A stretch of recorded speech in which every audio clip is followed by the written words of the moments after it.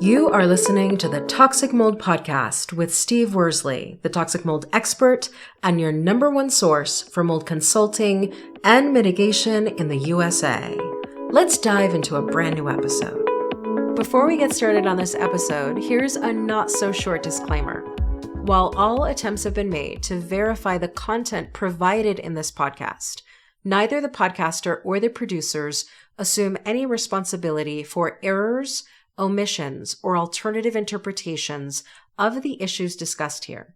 All information stated in this podcast is the opinion of Steve Worsley. Steve Worsley is a mold specialist with over 25 years of experience in the construction and mold industry.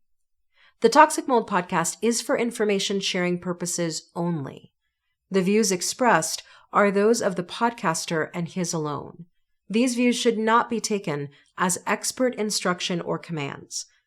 While there may be references to medical conditions and symptoms, all podcast episodes are the opinion of Steve Worsley, and any medical questions or concerns shall be addressed with the appropriate licensed medical professional or professionals. As the podcaster refers to different mold types, please be aware that Steve Worsley is not a microbiologist, and questions concerning mold specifics should be answered by the appropriate professional.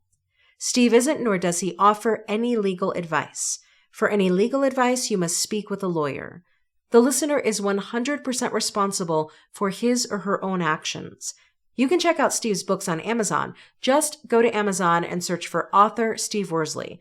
You can also take Steve's courses on Udemy or Skillshare, and you can find out more about those at cnccontractorservices.com. Now, let's get to the episode. Hello, you're listening to the Toxic Mold Podcast with myself, Steve Worsley. We have my wife, Cassandra. How are you? Doing good. It's getting closer and closer to Christmas, so before you know it, we're going to be talking about, well, I think actually in the next few weeks, we are going to talk about Christmas trees. Oh, very good. So for all our listeners, though, we're going to talk about something that's probably common for the holidays, and it's traveling and toxic mold. How often do you think we see mold when we're not at home? Oh, at hotels all the time. Yeah. All the time. And I think especially for people who are mold sensitive or have children that are mold sensitive or elderly parents that are mold sensitive, and they know they're traveling to, whether it's an Airbnb, a Vrbo, or to a family member's house, I'm sure one of their biggest concerns is, will the environment that we're going to be spending 4 or 5 days in inflame our health? Exactly. Yeah, and if you're one of our listeners and like you said, you're mold sensitive or you have a child or spouse or parent, you're going to probably, if you're staying at a family member's house, you're going to probably ask them some uncomfortable questions, you know? And the crazy part is there's no way around this concern, because you might say to yourself, well, we won't go stay at my cousin's house because there may be mold, but we're going to go stay at a really fancy hotel. Fancy hotels have mold too. Yeah, exactly. And it's, it brings up a question, for that our listeners or my clients would ask is, so how do we know if there is a mold problem there? Well, my easy answer is well, you don't. You'd have to test and all of that. But on the other hand, though, it brings up another topic. For our listeners, you have to be sensible. I follow a few Facebook groups, and there are some people that are just so far over the edge as far as how I look at it. They are so freaked out about mold that it's there's nothing that they're going to do, to prevent themselves from being exposed unless they live in a bubble. My whole point is please try not to be that kind of person. It's easy for me to say because mold doesn't make me sick, but you got to be realistic too. Are there any things though, if I put the lens of I have a mold sensitive child on, I might go into a hotel and say, and you're going to be like, how can you be this picky? I might go to a hotel and say, don't put me on the first floor next to the pool because the pool has lots of the hot tub and the sauna, because all of those things are moisture intrusion events waiting to happen. So I'd say, don't put me next to the pool or the sauna or the fitness room or the hot tub. Would that make sense? Or is that taking it overboard? No, it makes a lot of sense.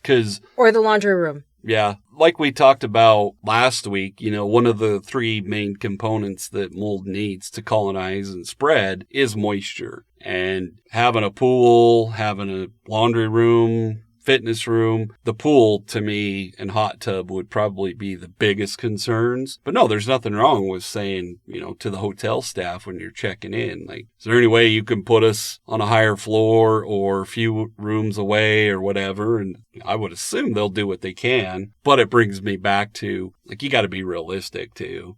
You can't ask the hotel to put you in a room where you're not going to have any concerns with mold as far as moisture. And on top of that, like, there's certain rooms you paid for. Mm-hmm. So they're not going to, move you to a suite just because you're mold sensitive. That's true. But what happens if somebody gets to an Airbnb or a Vrbo and they walk in to the house they've rented and it has that moldy smell? What do they do? Well, the easy answer is they probably should just leave and contact. I don't know how all that works because I've never booked an Airbnb. But at the end of the day, like, for our listeners, if you don't feel that it's safe, then you're going to have to do something different. But I'm assuming Airbnbs have reviews each home, don't they?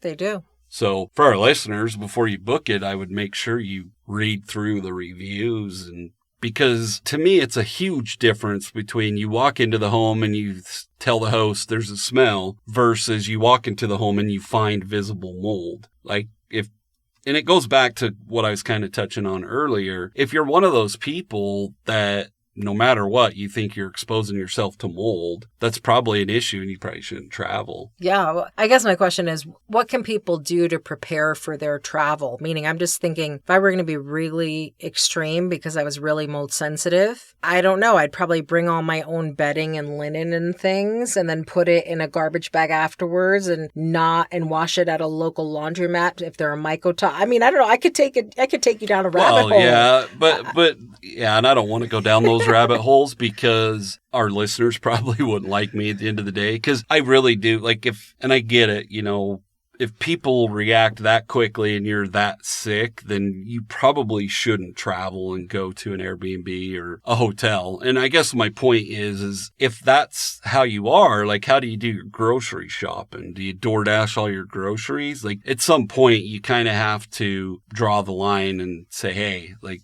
this is what it's going to be. And from a mold specialist point of view, like, if that's the stuff, exposing yourself to those things, if that's how you're going to react, then you have to leave. Well, if it's one person in your family, you have to consider everybody else. And so it's a difficult situation. And I guess to me, the easy answer would be if you're that concerned, you probably shouldn't travel. Now, putting your bedding and taking your bedding with, that sounds great if you're driving and have the room. That's true.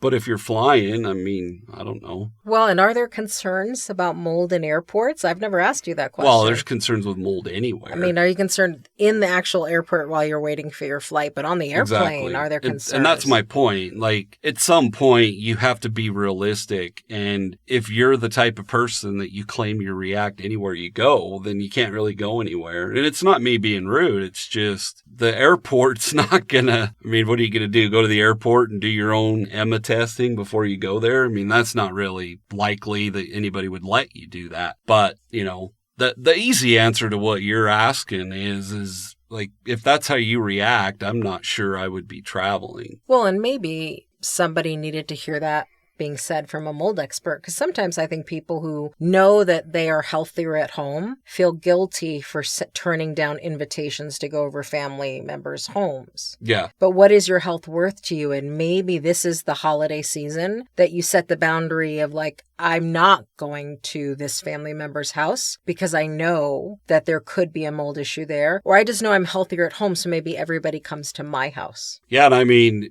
I could play devil's advocate on what your hypothetical was. So let's say you don't want to go to your uncle's house because there's mold issues, but if he comes into your home, he could be bringing those mycotoxins into your home. So, at the end of the day, I guess my whole point with all this is, to tell our audience, like, you have to be realistic. You can't, expect that everybody's going to understand all your health concerns. And I think over time, obviously this is not my expertise, but over time, you're going to damage those relationships with those people. And at the end of the day, you have to decide, like you said, what's your health worth? But, going back to if someone walks into an Airbnb and they're like, oh, I can smell mold, I'm reacting. is that not justified? Of course it is justified. But at some point, that person's going to have to decide whether they want to travel or not. But don't you think part of the purpose of this episode is to really help people think through these issues before they're in the situation? Yeah. Like, I think sometimes people think, I paid a lot of money for this hotel. Of course it doesn't have mold. And then they get to that expensive hotel and it has mold. And now they're freaking out. So it's harder to make a decision.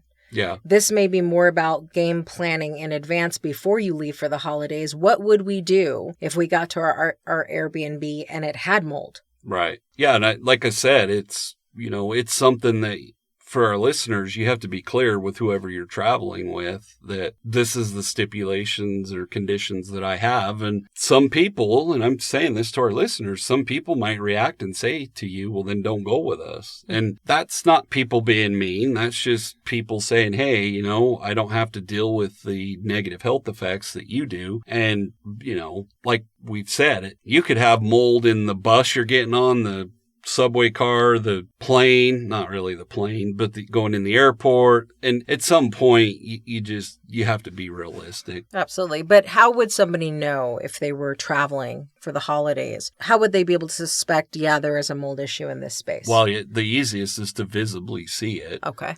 But you could smell it. You could see water stains. Like I said, your body could react. Once again, you and I have talked about this not during the podcast, but a lot of times it is mind over matter. And I know that sounds very condescending, and I don't mean it in that way. But all I mean by it is if your intention is to always find a mold concern, you're probably going to find it. Mm-hmm. Does that make sense? Well, and I think it also depends on how mold sensitive the person is. What percentage of the population has that gene? They say 1 in 4. It's about 24 to 28%. Okay. Has that HLA-DR gene, which, once again, until I've had to go through that, I can't speak to what it's like. And I do have clients that they have that, and I get it. It's just, you have to plan accordingly, I guess is the best way to say it. And some people, last week we talked about this a little bit, but, some people might react to common mold types that aren't necessarily toxic that other people wouldn't. Does that make sense? Mm-hmm. So that's another thing you have to consider is just because it's not toxic mold doesn't mean you're fine. Absolutely. And at the end of the day, doesn't it boil down to somebody's comfort level? I mean, it's like when you're asleep and you wake up with a spider on you and then you can't go back to sleep again. The spider's dead, but you had a spider on you. Right. Some people feel that way about mold. Like once they've been in a room with mold, they can't stay in the house because it's like, I don't know what else is here. And that's not to judge that. But if you feel that way, then your peace of mind matters and you need to spend the holidays where you're going to have your peace of mind. Yeah. And I think it's important for people to understand that, just because there's those that don't react the way you do to mold doesn't mean that they don't understand. But on the other hand, they have their feelings and opinions too. They get to respond to you however, what they think is best for them. And it's a difficult situation for people. But for the most part, a lot of times, like we were talking about earlier, if your uncle doesn't maintain his home or your grandma or whoever, just know what you're exposing yourself to when you decide to go stay there for a few days. Yep. And do what's best for you. Exactly. So at the end of the day, that's all you can do. So what's your call to action for people? Well, we kind of just covered that, but don't knowingly expose yourself to mold in a situation that is probably not going to end well. People's feelings are going to get hurt when you say to them, I'm not coming over because of A, B, and C, or if you get up and leave, 2 days into your 4-day stay, it's going to impact your relationship. But at the end of the day, you got to do what's best for you. Yep. And we have tons of books. I shouldn't say tons. You've written way more than me, but we have 5 books that I've written that are available. All of them are available on Amazon. They're in ebook, audio, and paperback. Yep. So, and I think 1 or 2 of them's in hardback too. Absolutely. And if you have not read The Mold Epidemic, start with that one. Yeah, and it's something our listeners are probably going to be like, yeah, Steve, you say this all the time. One of the things I am working on is I'm going to do a revise The Mold Epidemic. I just haven't quite gotten to that yet. But anyhow, you can go to our website or you can go to Amazon. In the podcast description, I will put a link. It's an author link. And you can go buy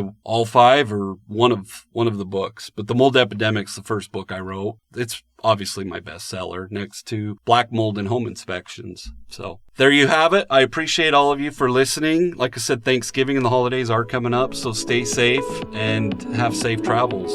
Thank you for listening to this episode. Make sure you go to our website at cnccontractorservices.com and sign up for the mold investigation checklist. Again, go to cnccontractorservices.com and get your free mold investigation checklist today. You can also on cnccontractorservices.com find out more about Steve's courses and books and consultations. Once again, go to cnccontractorservices.com.